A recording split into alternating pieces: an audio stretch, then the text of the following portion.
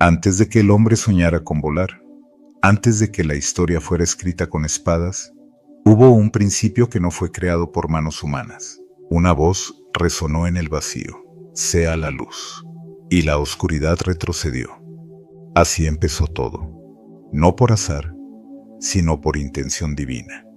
En ese instante, cada estrella fue colocada en su lugar, cada montaña tallada con propósito, y entre todo lo creado, Dios soñó con algo más, algo que llevara su imagen, algo que reflejara su gloria. Aquí nace la historia de Génesis, un relato de amor, traición, juicio y redención. Génesis no es simplemente el primer libro de la Biblia, es el mapa de nuestro origen, el espejo de nuestra condición humana, y la primera página del plan eterno de redención. Cada palabra escrita en su narrativa no es solamente para ser leída, sino para ser vivida. Aquí comienza el viaje, un viaje desde el polvo de la tierra hasta las promesas eternas de Dios. Un relato que no está atrapado en el pasado, sino que sigue resonando en el presente. Porque el inicio nunca fue solo el principio. Todo lo creado era un preludio para la gran obra, el ser humano. No fue el mar, ni las constelaciones, ni los ríos de oro. Fue un cuerpo moldeado del barro, tocado por las manos del Creador, y luego animado con aliento divino. Adán no fue simplemente hecho, fue inspirado. Fue más que polvo y forma, fue un alma, y en su aliento estaba el soplo mismo del cielo. Adán abrió los ojos y lo primero que vio fue a Dios.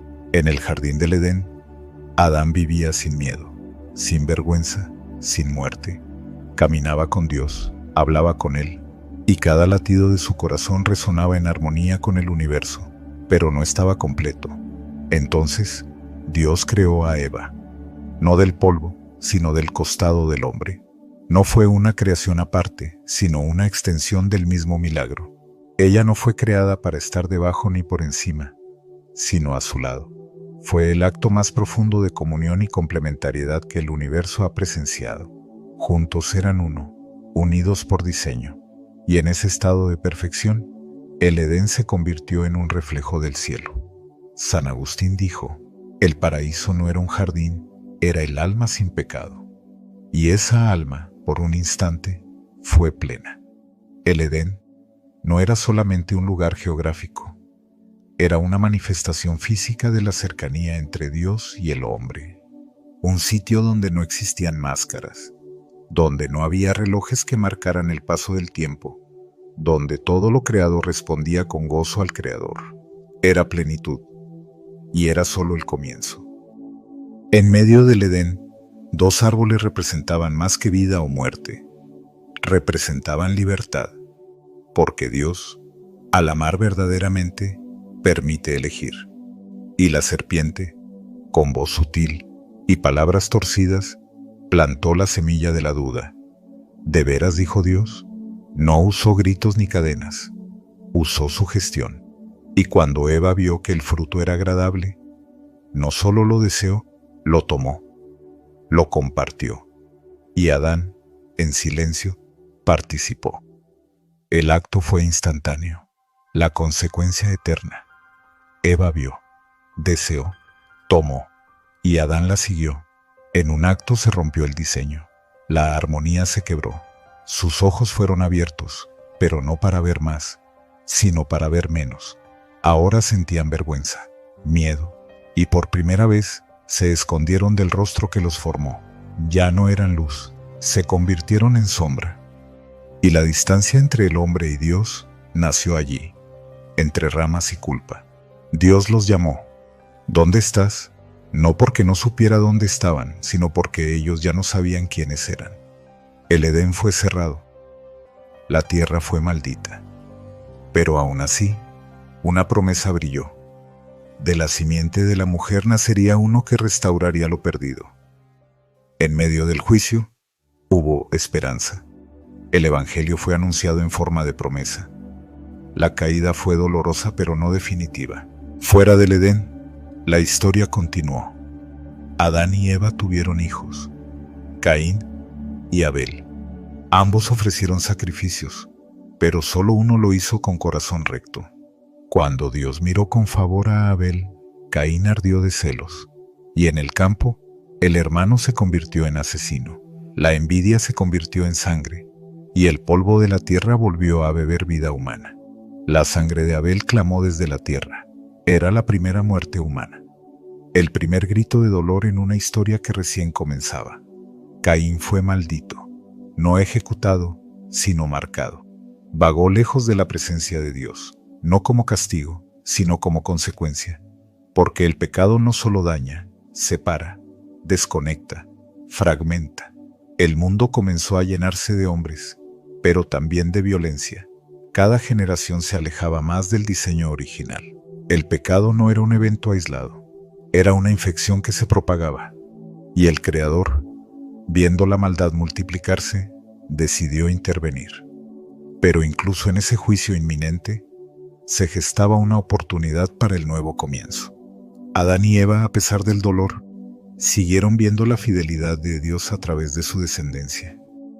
La tierra estaba llena de corrupción. Cada pensamiento del hombre era perverso, continuo, insaciable.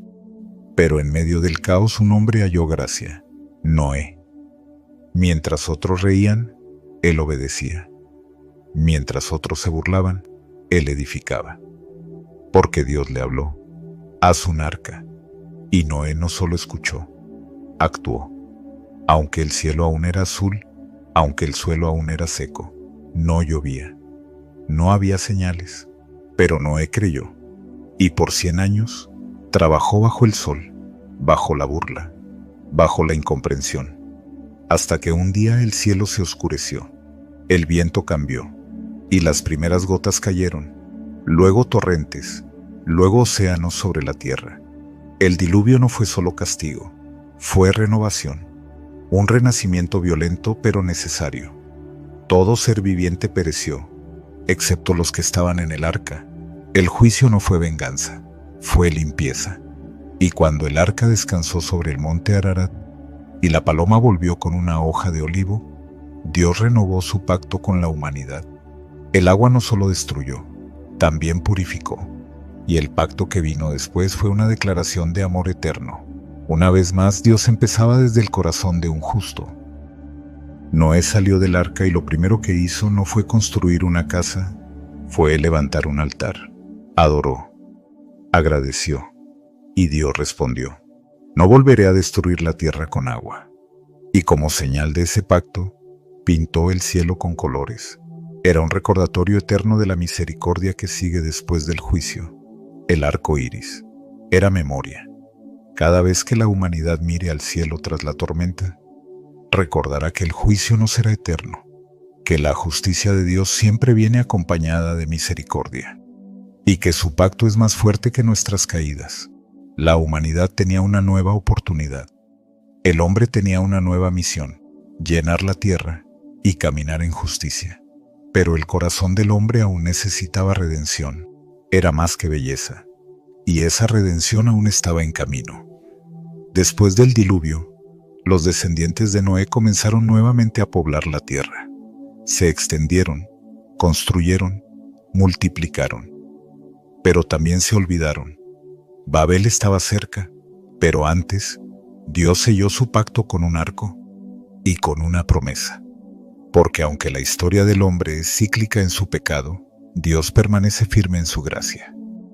Desde el primer aliento hasta el primer juicio, Génesis nos muestra no solo el origen del mundo, sino el latido eterno de un Dios que ama, corrige y promete restaurar. No somos el resultado de la casualidad, somos parte de una historia más grande, una historia que sigue viva, que sigue escribiéndose y que nos llama a tomar parte. Si este mensaje te tocó el corazón, compártelo con alguien más. Haz eco de esta historia, comenta lo que más te impactó. Y no te pierdas la siguiente parte: la torre, la promesa y el fuego, porque la redención apenas comienza. Después del diluvio, la humanidad emergió sobre tierra firme con una nueva oportunidad. Pero pronto, lo que debía ser reverencia se convirtió en arrogancia. El hombre volvió a levantar sus ojos no para buscar a Dios, sino para desafiarlo. Una torre, un nombre, una ambición. Babel fue el primer gran intento del hombre por separarse de su creador a través de su autosuficiencia. Pero Dios, fiel a su propósito eterno, no abandonó su historia. Mientras unos se perdían en su orgullo, otros serían llamados a caminar por fe. Este capítulo del Génesis nos revela que el plan de redención nunca se detiene, que la promesa sigue viva, y que entre la confusión y el fuego, Dios sigue formando una nación desde un hombre que se atrevió a creer. Esta es una historia de pactos eternos, de esperas que forjan carácter y de fuegos que purifican el alma. La humanidad volvió a multiplicarse, un solo lenguaje, un solo pueblo, una sola voz que clamaba: construyamos una torre que llegue hasta el cielo. Hagámonos un nombre. Babel no fue solo una obra arquitectónica, fue una declaración espiritual de independencia. Fue un Edén reconstruido, pero sin Dios. Ladrillo sobre ladrillo, los hombres levantaron no solo una estructura, sino su ego colectivo. Querían alcanzar el cielo por sus propios medios, no por comunión, sino por competencia, no por relación, sino por rebelión. San Agustín lo describió así: la ciudad del hombre se edifica sobre el amor propio llevado hasta el desprecio de Dios. Babel fue la encarnación de esa ciudad, pero Dios descendió, no con destrucción inmediata, sino con una estrategia que rompiera la unión del pecado, la confusión de lenguas. Lo que debía ser una sola voz se volvió ruido. Lo que debía ser una nación se dispersó en pueblos, y la torre quedó inacabada. Un monumento al límite humano sin lo divino, un recordatorio de que no se puede construir eternidad con herramientas humanas. Dios no está contra el progreso, pero sí contra la soberbia que se olvida del Creador. Desde la dispersión de Babel, Dios enfocó su mirada en un solo hombre, Abraham. Vivía en Ur, tierra de ídolos, costumbres paganas y linajes sin herencia eterna. Pero Dios lo llamó, no por su fuerza, no por su conocimiento, sino por su disposición a obedecer. Sal de tu tierra, de tu parentela, de la casa de tu padre, y ve a la tierra que yo te mostraré. Abraham obedeció sin mapa, caminó sin saber el destino. Solo tenía una promesa: haré de ti una gran nación, te bendeciré. En ti serán benditas todas las familias de la tierra. Era un pacto imposible. Él ya era viejo, su esposa estéril. La promesa sonaba como una burla. Pero Dios no juega con la esperanza. Él planta semillas de fe que florecen en el tiempo perfecto. Con cada paso, Abraham construía altares, no ciudades, no torres. Altares, lugares de adoración, de encuentro, de entrega. Cuando el mundo construía para su gloria, Abraham levantaba piedras para glorificar a Dios. La diferencia no estaba en el camino, sino en el corazón que lo recorría. Y mientras Abraham caminaba, Dios tejía historia eterna. Pasaron los años. La promesa parecía desvanecerse en el viento del desierto. Sara, sin hijos. Abraham, cada vez más viejo. Entonces, la duda sembró una alternativa humana. Sara ofreció a su sierva, Agar, y nació Ismael. Pero ese no era el plan de Dios. No era el hijo del pacto, era el hijo del intento humano. Un día, bajo una encina, 3 visitantes divinos llegaron a la tienda de Abraham. Comieron con él, y antes de irse dieron un mensaje claro: Sara tendrá un hijo. Ella rió, no de alegría sino de incredulidad. ¿Acaso una anciana puede dar a luz? Pero Dios respondió: ¿hay algo imposible para mí? 9 meses después, Sara parió un hijo. Lo llamó Isaac, que significa risa. No la risa del escepticismo, sino la risa del cumplimiento. El gozo de ver que Dios no se olvida, que aunque tarde, sus promesas siempre llegan a tiempo. Isaac fue la prueba viviente de que el cielo puede nacer en la tierra, que Dios no olvida a los que esperan, y que la fe verdadera siempre se convierte en gozo profundo. Pero Dios no solo prueba en la espera, prueba en el cumplimiento. Toma a tu hijo, a tu único, a quien amas, y ofrécelo como sacrificio. Abraham no discutió, no negoció. Caminó 3 días con su hijo, con la leña, con el fuego y con la fe. Cuando Isaac preguntó, ¿dónde está el cordero?, Abraham solo pudo decir, Dios proveerá. Subieron al monte Moriah. Abraham, Preparó el altar, ató a su hijo, alzó el cuchillo. Estaba listo para entregar lo más preciado, porque su fe no estaba en Isaac sino en el que lo había prometido. Creía que si Dios lo pedía, también podía resucitarlo. En ese momento, la voz del cielo lo detuvo. No pongas tu mano sobre el muchacho. Y un carnero apareció entre los arbustos. Jehová Jireh, el Señor proveerá.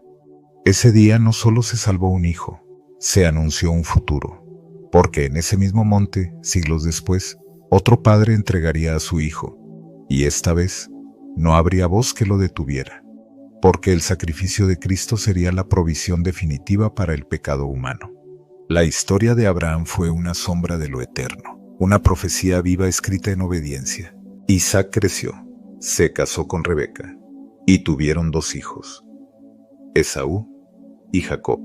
Desde el vientre luchaban 2 naciones, 2 temperamentos, 2 destinos. Esaú era el primogénito, fuerte, cazador. Jacob, tranquilo, observador, pero deseaba lo que no era suyo, y lo tomó. Primero, compró la primogenitura por un plato de lentejas. Luego, disfrazado, engañó a su padre ciego para recibir la bendición. Lo logró, pero tuvo que huir. Esaú juró matarlo. Jacob dejó su hogar, su madre, su identidad. Viajó solo, sin bendición tangible, solo con la culpa y el miedo. Pero no estaba solo. Dios lo seguía. En el desierto, sin abrigo, durmió sobre una piedra, y allí soñó. Una escalera que conectaba el cielo con la tierra.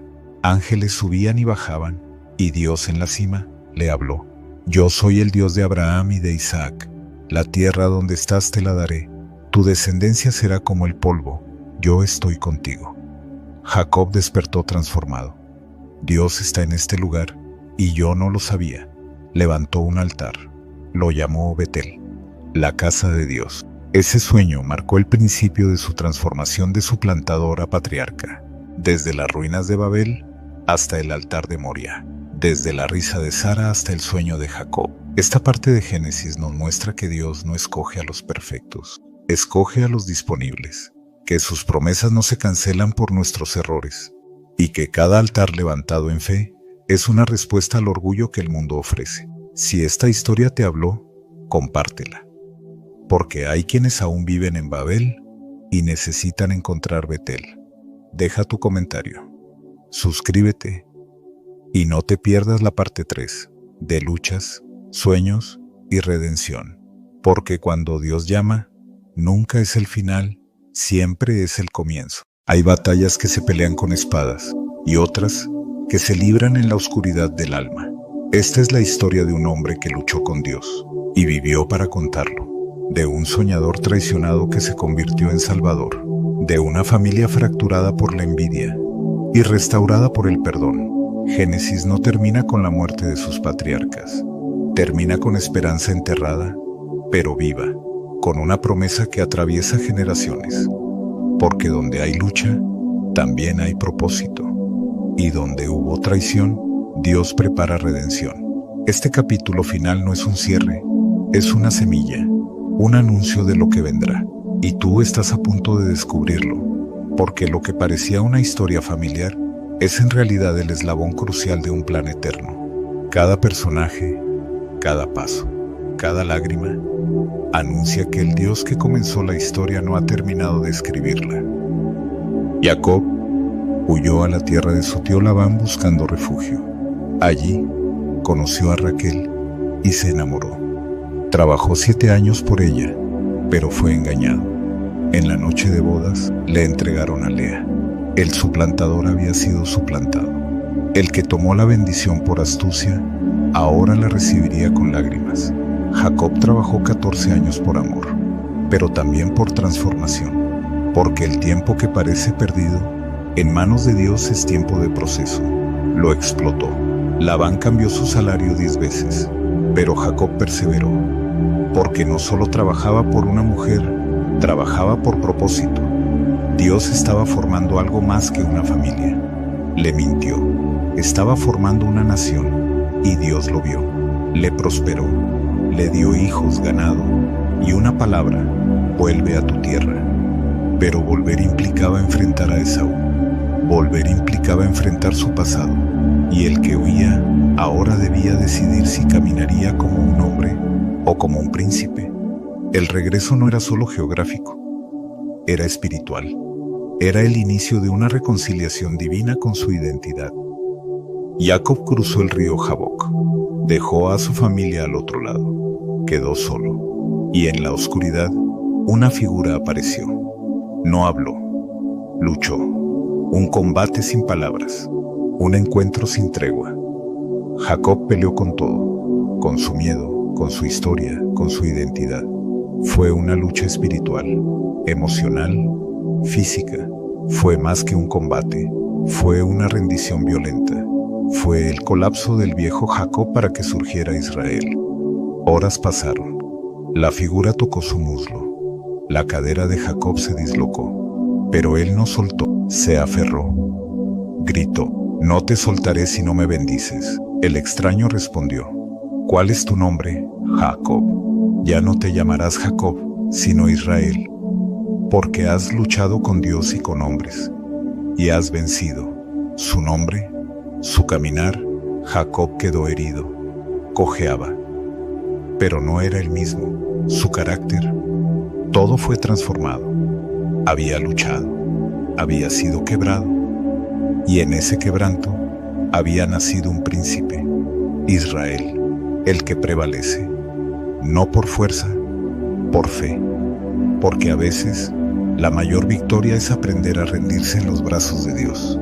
Y esa herida en la cadera se convirtió en un recordatorio eterno de que cuando el hombre toca el cielo, jamás camina igual. Israel tuvo 12 hijos, pero uno fue diferente: José, nacido de Raquel, amado con intensidad. Su padre le dio una túnica de colores. Sus hermanos le dieron odio, porque José soñaba, veía cosas grandes, estrellas que se inclinaban, gavillas que lo rodeaban. Sus sueños eran ecos del cielo, pero sus hermanos no estaban listos para comprender lo divino en lo cotidiano. Los sueños despertaron celos, y el celo, traición. Lo arrojaron a una cisterna, lo vendieron por monedas, lo despojaron de su manto, pero no de su llamado. José fue llevado a Egipto, comprado por Potifar. Administró su casa con excelencia, pero fue acusado injustamente y terminó en prisión. De túnicas a grilletes, de sueños a barrotes. Sin embargo, su fe permaneció firme. Allí, donde otros veían ruina, Dios veía formación. En la oscuridad, José no perdió su luz. Interpretó sueños, dio esperanza a otros, y un día fue llamado por el faraón. El rey había soñado, nadie podía interpretar, hasta que apareció José, con sabiduría, con discernimiento, con propósito, porque donde el mundo encierra, Dios prepara escenarios de gloria. José no solo interpretó sueños, interpretó el futuro de una nación entera, y su obediencia se convirtió en la clave de la supervivencia de multitudes. Faraón soñó con vacas gordas y flacas, con espigas llenas y vacías. José explicó: 7 años de abundancia, 7 de hambre, almacena, prepárate. Y el rey lo nombró gobernador, segundo en autoridad, de esclavo a señor de Egipto. Dios lo había levantado desde la oscuridad hasta la cima, porque los que esperan fieles en el silencio serán honrados a la vista de muchos. José almacenó, administró, gobernó, y cuando el hambre golpeó, Egipto tenía pan. Pero en Canaán, su familia sufría. Jacob envió a sus hijos a buscar alimento, y allí, sin saberlo, se postraron ante su hermano. El sueño se cumplía. Pero José no les reveló su identidad de inmediato. Observó, analizó, los probó, les puso pruebas, exigió a Benjamín, retuvo a Simeón, vio sus reacciones, escuchó sus palabras, quiso saber si los corazones que antes lo vendieron por monedas, ahora estaban dispuestos a pagar con su vida por el menor. Y cuando Judá se ofreció como esclavo en lugar de su hermano, José supo que algo había cambiado. Entonces se quebró, rompió en llanto y habló: yo soy José. En ese instante, lo imposible se volvió real. El pasado fue redimido. El hermano traicionado se convirtió en el hermano que salva. Así actúa la gracia. Transforma el dolor en propósito. El miedo llenó la sala. Nos hará pagar, pensaron. Pero José respondió: no fuisteis vosotros los que me enviasteis aquí, fue Dios. Porque lo que ellos planearon para mal, Dios lo usó para bien, para salvar vidas, para preservar una nación. Lo que parecía traición era estrategia divina. El perdón no fue un acto emocional, fue la revelación de un corazón gobernado por la perspectiva de Dios. José abrazó a sus hermanos, los perdonó, llamó a su padre, y Jacob, ya anciano, bajó a Egipto, abrazó a su hijo, vivió sus últimos años en paz. Antes de morir, bendijo a sus hijos, profetizó y pidió ser enterrado en Canaán, porque Egipto era refugio, no destino, y los patriarcas lo sabían. La promesa estaba en la tierra prometida, no en los palacios de Faraón.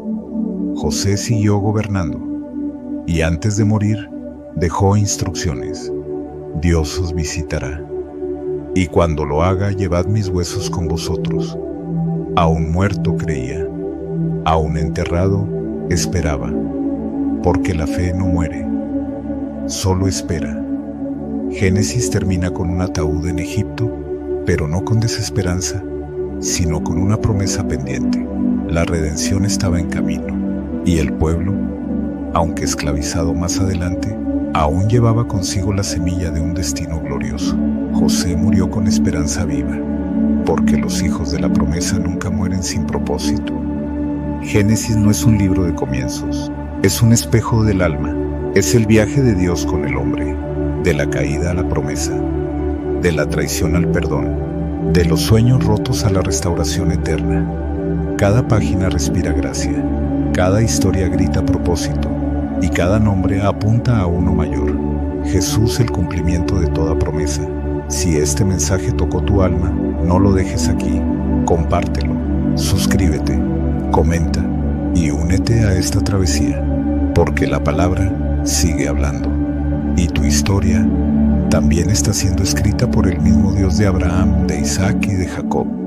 Y si hoy te encuentras en lucha, traición, pérdida o proceso, recuerda que el final de Génesis no es el fin, sino la puerta hacia el éxodo, el comienzo de la verdadera libertad.